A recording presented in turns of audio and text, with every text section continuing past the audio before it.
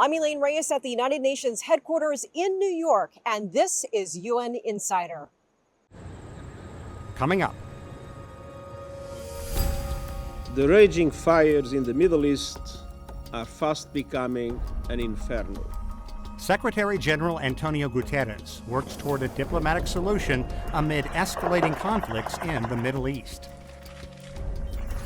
Let us all move forward together with this spirit of unity and shared responsibility. Delegates look to the future after a whirlwind week of intense diplomacy and debate. And the UN-backed security mission in Haiti is extended another year. Why a push to transform it into a peacekeeping mission fell short. Next.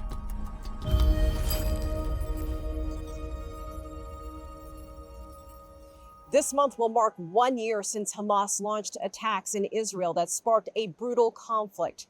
In the 12 months since, tens of thousands have been killed, millions displaced. Gaza has been decimated, and dozens of hostages taken from Israel remain missing. The situation has also increased tensions throughout the Middle East region. The UN Security Council convened an emergency meeting in response to Iran launching a wave of ballistic missiles at Israel. The escalation came a day after Israeli forces invaded southern Lebanon. Israel is vowing Iran will pay. Secretary General Guterres is calling for calm amid fears of an all-out regional war. Jody Jacobs has the details. An intense session of the United Nations Security Council. The emergency meeting following Iran's missile attack on Israel on Tuesday. Fears are mounting here in New York of an all-out regional war, something that has the UN Secretary General worried. This deadly cycle of tit-for-tat violence must stop. Addressing the Council, Israel's permanent representative vowed Israeli retaliation. What would any nation do if hundreds of ballistic missiles were raining down on your civilians, your cities, your places of worship?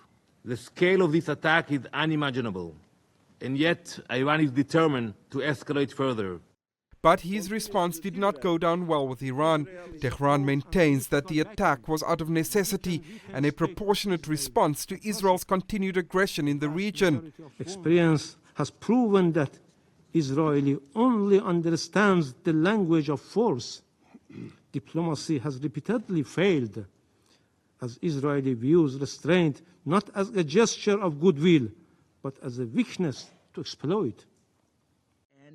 Members of the Security Council have all voiced concern over the escalating tensions, with some insisting that the Council use all the tools at its disposal to resolve the conflict. As the world remains tense in the face of fears of escalation, China says it is deeply concerned about the current situation and the prospect for further developments. Permanent Representative Fu Tong said the Council must act urgently and be united in making its demands clear for an immediate ceasefire in Gaza. Jody Jacobs, CGTN, New York.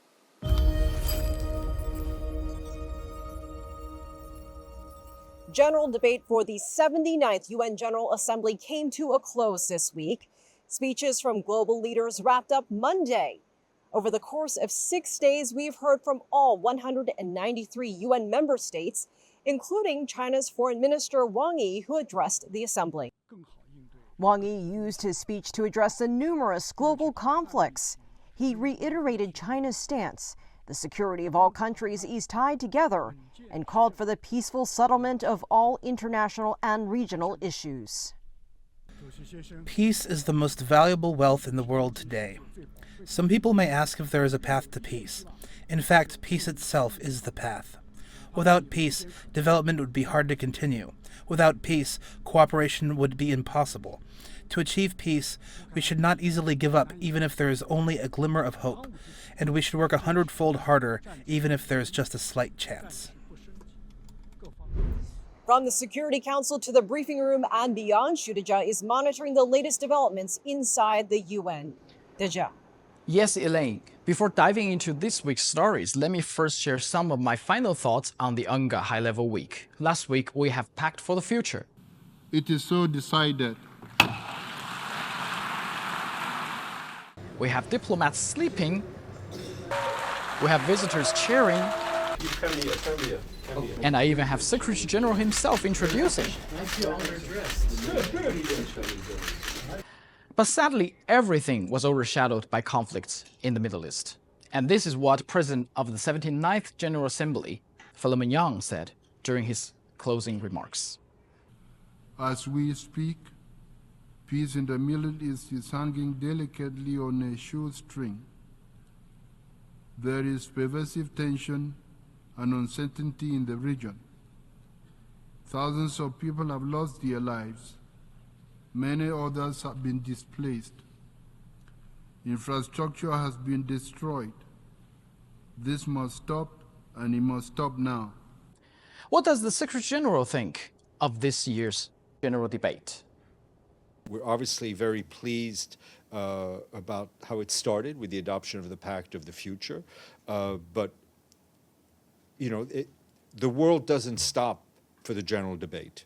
So we were focused very much on what member states said, but we continue to be very much focused on what is going on in the world outside of this building.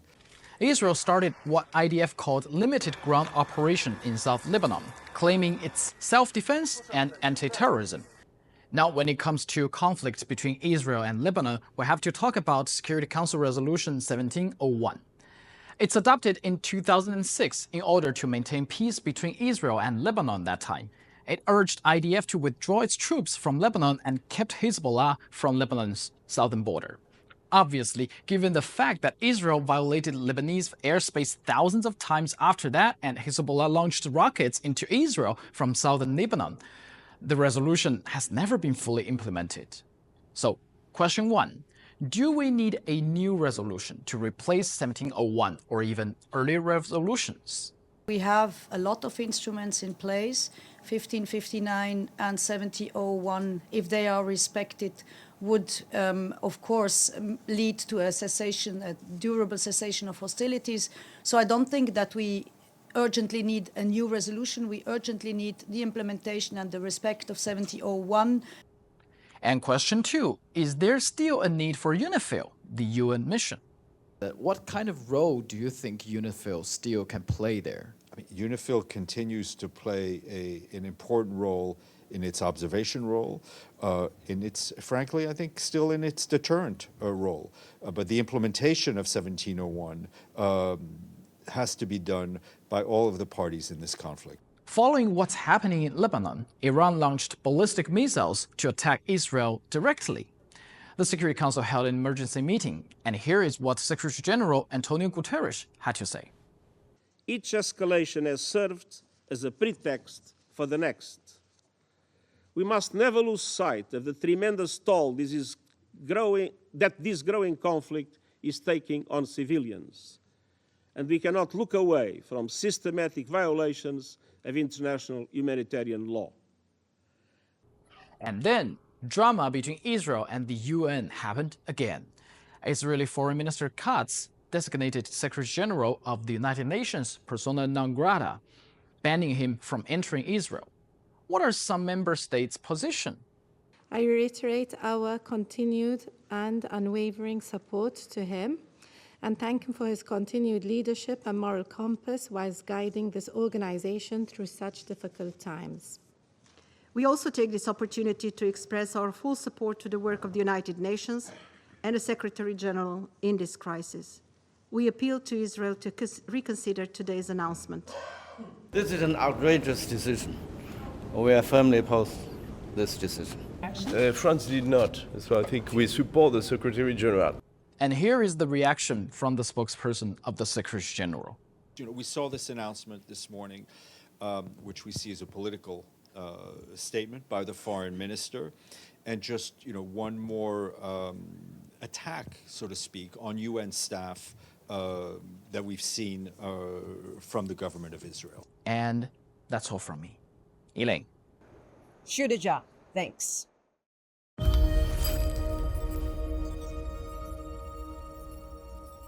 The UN Security Council considered the future of the Kenyan-led security mission in Haiti this week. Members voted unanimously to extend the mission for another year. International troops are trying to help Haitian police restore order in a country that has been gripped by gang violence. But there are numerous challenges. Haiti's interim government says the current mission has significant limitations. The United States and Ecuador want to elevate the security mission into a formal UN peacekeeping operation. China says the environment in Haiti is not conducive to a peacekeeping mission. Haiti has long been mired in multiple crises, and if there's no legitimate, effective, and accountable government, it is difficult for any external support to have a lasting effect. Coming up. A healthy information ecosystem has public interest media, independent, free media at its heart. UN Insider. Whether it's about your education, the home you live in, or the items you buy, your money has a story to tell. Because every business story is a human story. Global Business.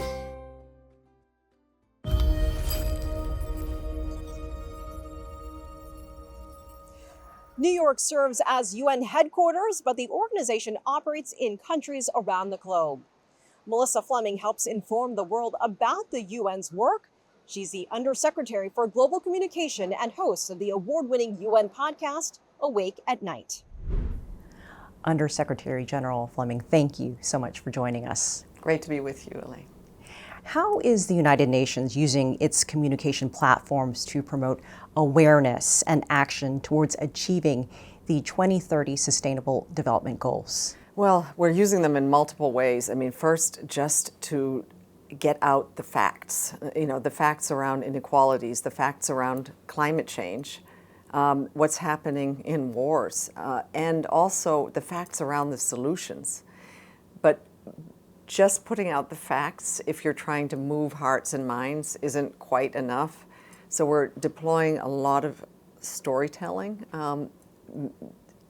content, campaign material to reach people in ways that we hope will get them to care, but also get them to act. So it's a challenge in today's world where people are bombarded with all kinds of information and disinformation too.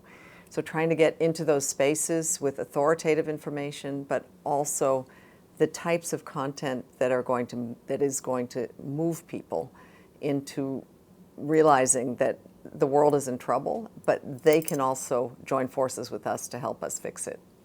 Because the SDGs have been around for quite some time. I mean, it's not you or just over 5 years into reaching 2030. So have you had to change the way and evolve the way you communicate the information around them?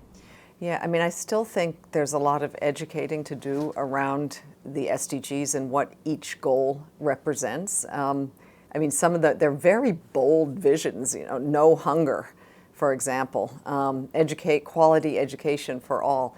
What does that mean? And to really describe the kinds of programs that are happening all over the world.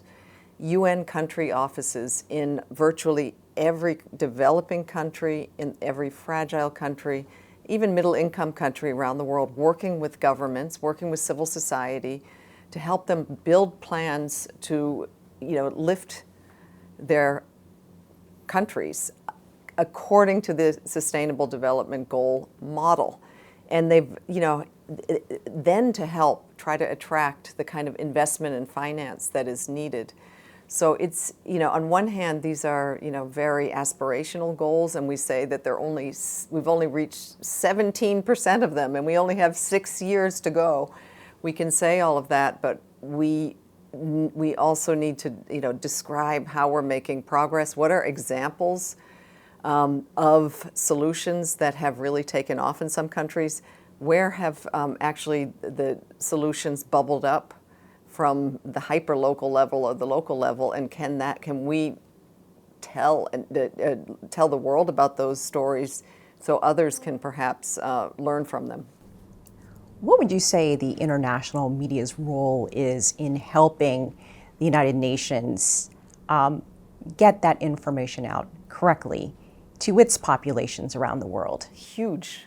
huge role, and that's one of the things that's reflected very prominently in our UN global principles.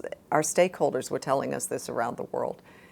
A healthy information ecosystem has public interest media, independent, free media at its heart.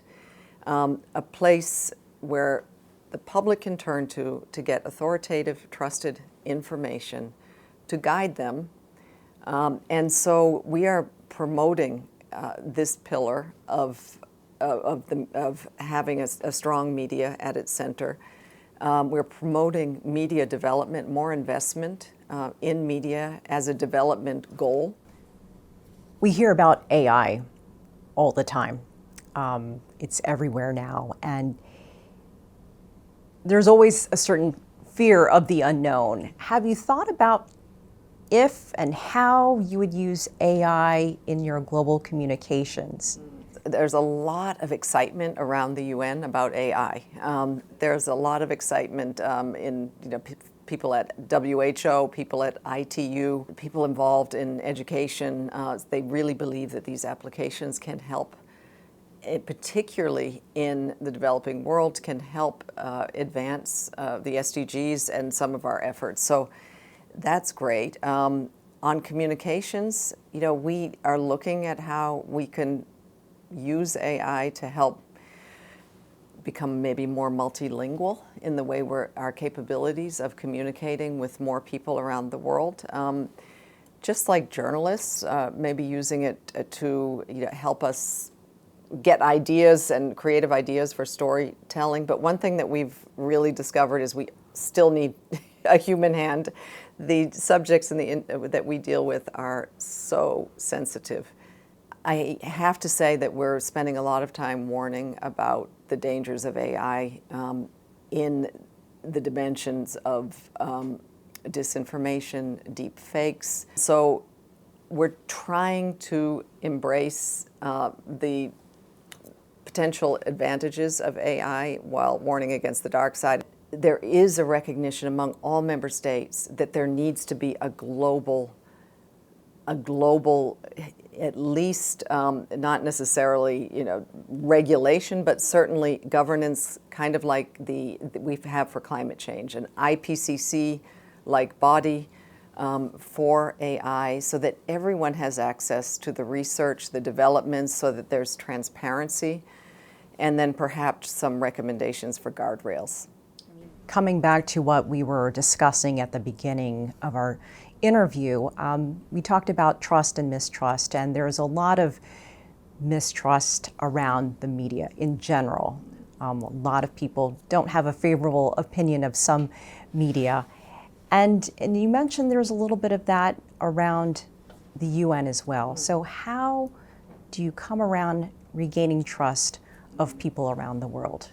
Yeah, well, it depends on which population you survey, and sometimes there are surveys about trust in the UN, and it really does vary country by country. I think the best defense is offense. Offense in terms of just being open, being communicative, having effective strategic communications, engaging with the media, inviting people in to the UN, giving talks, opening the place up in ways that are accessible in the sense of don't just assume that if you broadcast something from UN headquarters in New York that people around the world are going to hear it. We have the benefit of having UN information centers in 59 countries around the world, and then in the countries where we don't have these UN information centers, we have communication officers, and so we deliver kind of our central campaigns, but we say, adapt them into your languages, into your contexts, find your own partners and influencers, and see how you can make the UN themes relevant to your populations, speaking in the languages that you speak. Under Secretary General Melissa Fleming, thank you for joining us. Thank you very much for having me.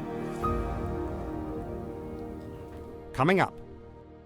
The success of the developed economies is in reality the insertion of women in the economy, the insertion of women in the labor market. UN Insider. The world's currencies are more connected than ever before. The mechanisms that drive the economy are universal. Money moves markets. We explain these trends and show you how the cash in your pocket can have a wide-reaching effect. Because money makes the world go round. Global business.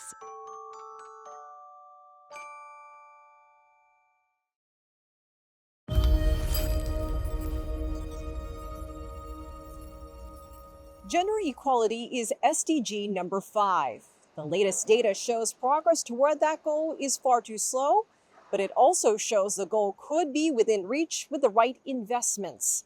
I sat down with Maria Noel Baeza, Regional Director of UN Women for the Americas and the Caribbean. Thank you so much for joining us, Ms. Baeza. Thank you for having me. What would you say are the issues of greatest concern for women and girls right now around the world, and especially in your region, Latin America and the Caribbean? I would say violence against women is still very prevalent. We have 4,000 women being killed every year just for the sake of being a woman. 11 women a day in Mexico, 9 women a day in Brazil. And this prevalence is about to really become worse, I would say, because there is a lot of pushback on gender equality and women's rights. And the second most important, in our region, only 52% of women work. And this is very, very low if you take into consideration European countries, for example, that 80% of women work. So the success of the developed economies is in reality the insertion of women in the economy, the insertion of women in the labor market. And we still have 180 million women that work in informal sector. We need to establish more economic autonomy for women. We need to ensure that women have decent work. And for me, there is a third one that is a priority for the regional office, which is the establishment of systems of care, public, private, community-led systems of care to generate an economy of care.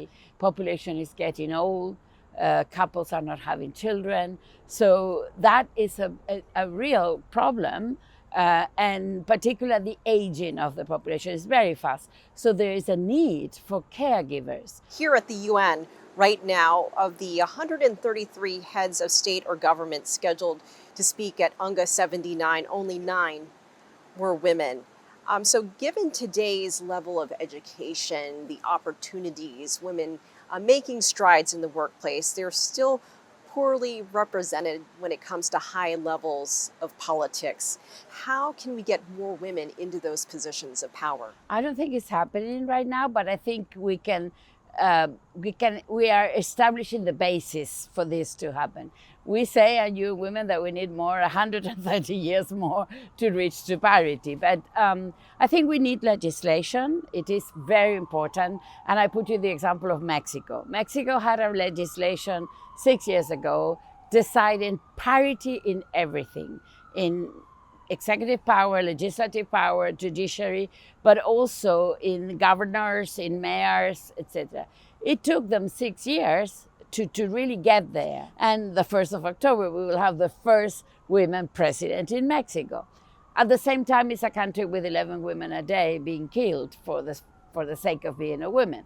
So there are contradictions, but they are pushing a role model that a woman can become president. We have to work on social norms. We have to work with political parties. I have hope that we will accelerate that in different countries. And I have hope that having a Mexican women president will create this role model that we need. And we need a Secretary General woman. The next Secretary General of the UN has to be a woman. We had only men. And also, if you think about the other organs of the UN, the General Assembly, we only have 4 women presidents of the General Assembly in 80 years. And those are decisions of the member states that we have to change. And I'm very happy to see that the Pact of the Future has a provision saying that the next Secretary General should be a woman. How would you rate your region when it comes to access to education, to salaries, to equal opportunities? Do you see any improvements in those areas? Yes, I do see. In education, lots of improvements.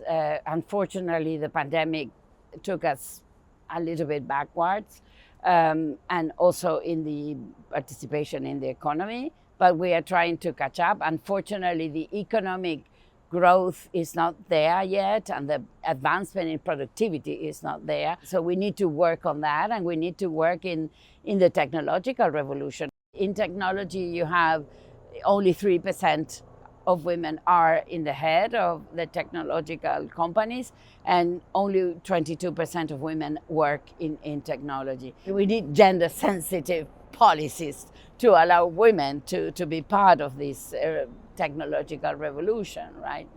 And we need as well to ensure that women can work in every industry. Ms. Maria Noel Baeza, thank you so much for joining us. Thank you for having me. It's a pleasure to meet you. I'm Elaine Reyes at UN headquarters in New York. Thanks for being a UN Insider.